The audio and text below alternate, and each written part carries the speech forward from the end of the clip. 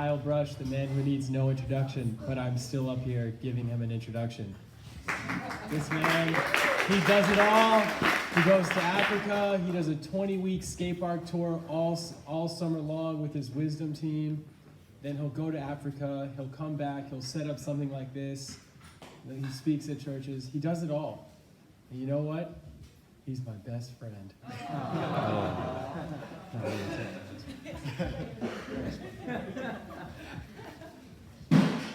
All right, guys, don't worry about the time. They're setting up for lunch, but I'm going to make this somewhat quicker than I had originally thought, which is fine. Oh, no, carry on. Oh, all right. I'll keep going. So I just wanted to share a little bit. I felt like the Lord, over the last actually couple months, has just been really speaking to me about staying true to our calling. And for me, that's in all different ways, aspects of life. I don't know if you know much about me, but I've got 4 kids, a beautiful wife, run a ministry, and then work on my own. Like, my life is extremely busy. But the Lord speaks to me about staying true to my calling, because my calling is not to go to work and to necessarily just make money to pay the bills and all of that. He's called me to do something greater with my life. I want to pray real quick just to make sure that these words that I share aren't necessarily my own, but that the Spirit will speak through me to those here today. Dear Lord, I just thank you right now. I thank you for this opportunity. I thank you for how you've worked in my life, and I just pray that the words that come out of my mouth right now are not of my own, Lord, that they are from you.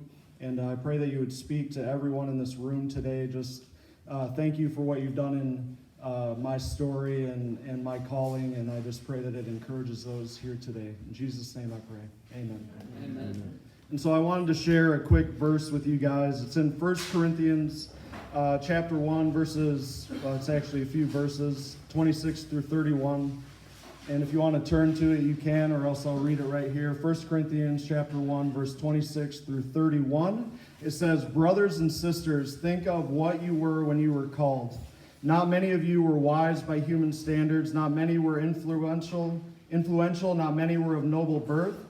But God chose the foolish things of the world to shame the wise. God chose the weak things of the world to shame the strong.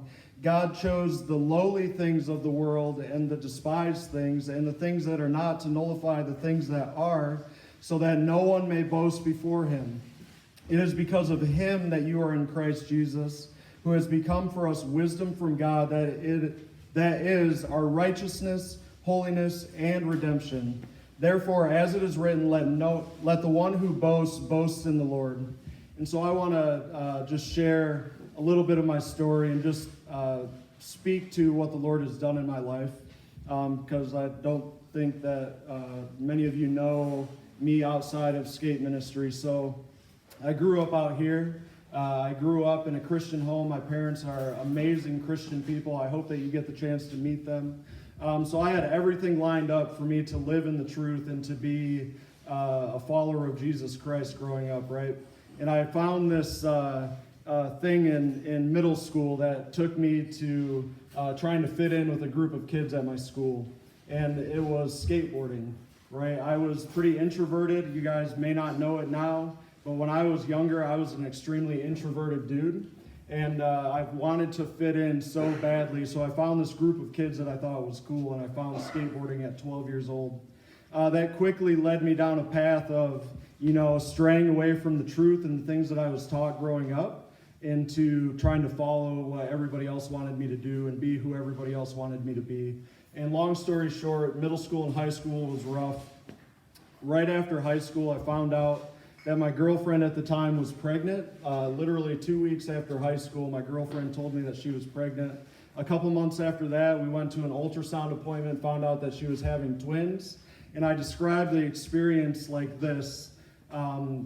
And I just thought of this like a few minutes ago, actually, when we were driving the cart around. If you saw us kind of whipping around the yard, it made me remember that when I was out here younger, I had a go-kart, and one of my friends was driving this go-kart. It probably went 25, 30 miles an hour, just flying across the yard, and he hit a bump in the driveway, and it sent the go-kart sideways in just a spiral. He probably flipped 5 or 6 times.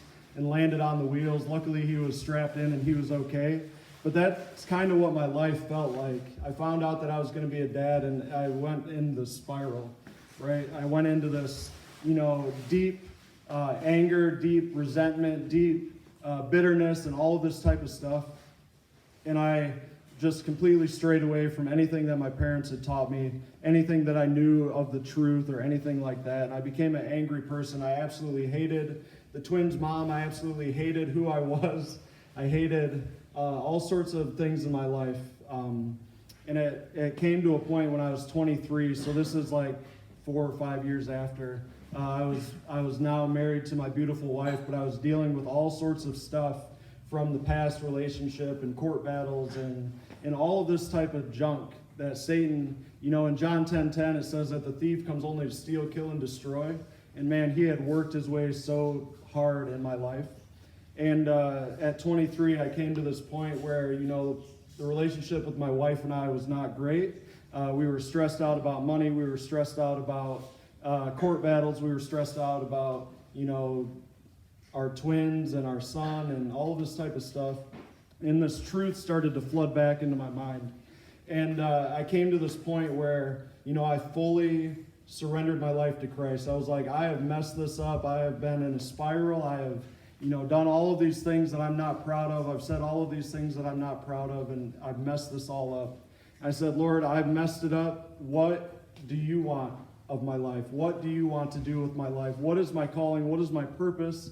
What is the plan that you have for me? Because I have just absolutely screwed it. And when you ask the Lord that, He'll begin to reveal that to you. When you surrender your life to Christ, He changes you. And it was a radical transformation. It was literally a few weeks after that I'd been skateboarding several years before that. I was 23 years old, and a few weeks into, fully surrendering my life to Christ, I had this gut-wrenching feeling.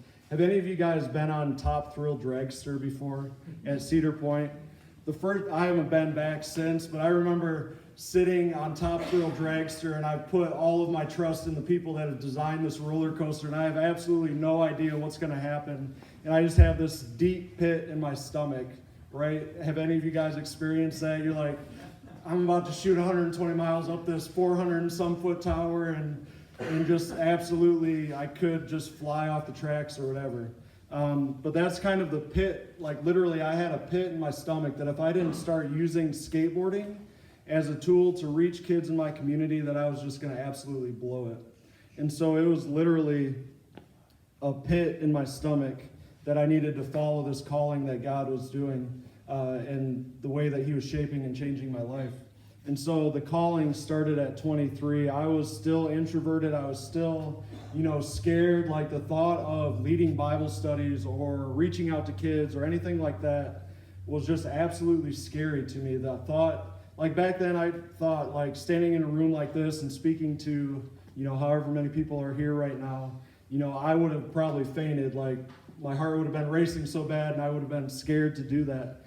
But the Lord started working in my heart. He started to change who I was. He started, because He had called me, He started to shape me into what He wanted me to be. So He gave me the confidence to start boldly speaking the gospel. And, I was a baby in my faith. I was a baby in Bible study, leading experience, and all of that type of stuff. But I wanted to be true to the calling because my life before that was so messed up with the thief stealing, killing, and destroying. And I wanted to experience what Jesus said when He said, I have come that you may have life and have it to the full. I wanted to experience that. So I told the Lord, I'll go anywhere, I'll do anything, whatever you want me to do, just give me the strength, give me the words to say, give me what you want, give me the strength to do what you want me to do. And so this phrase shortly after that came to mind. And I use this all the time when I'm speaking to groups of people. It's something that just continuously over and over and over runs through my mind. I felt like the Spirit was telling me, use the tools I've given you to further the kingdom. And so those tools could be any number of things, right? We have these gifts, talents, abilities, things that God has blessed us with. I stood back there and I was watching this worship I don't even know your names, I'm sorry, but I was watching the worship team earlier and I was like, man, that is such a gift and talent and ability that God has blessed them with. And they're full on using it. They traveled here to use their talents to bless us here today. And so use the tools that God's given you to further the kingdom. For a lot of us, that's skateboarding, right? We don't necessarily know the ins and outs and what that is necessarily going to bring. You know, I've talked to several people that are brand new in ministry, and I look at them, I'm like, I was at that same point, you know, and I don't know exactly how to use the tool, or I didn't know how to exactly use the tool back then, but I'm praying for you guys that are new in this ministry, praying that you will use the tools to the fullest of their ability, but use the tools that God's given you to further the kingdom. In staying true with your calling, you know, it's scary sometimes, like I said, you know, not knowing what God's going to do next or not knowing how God's going to provide. Like, you know, Judd shared, you know, awesome stories of financial provision and all that type of stuff. You know, not knowing where the funding is going to come from for your ministry, not knowing, you know, the next steps to take and all of that is scary. But staying true to the calling that God has placed in your heart is of utmost importance.